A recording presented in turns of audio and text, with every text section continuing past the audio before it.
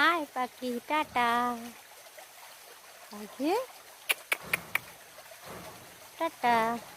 দেখো পাখিটার 3টা বাচ্চা, আমি রোজ দিন এসে দেখি ওর বাচ্চা কবে বড় হবে, কবে বড়। দেখো আজকে একটু যে বড় হয়েছে, কালকেও দেখছিলাম 3টে বাচ্চা। ওর মা এসে দেখো বসে পড়ছে আবার দেখা।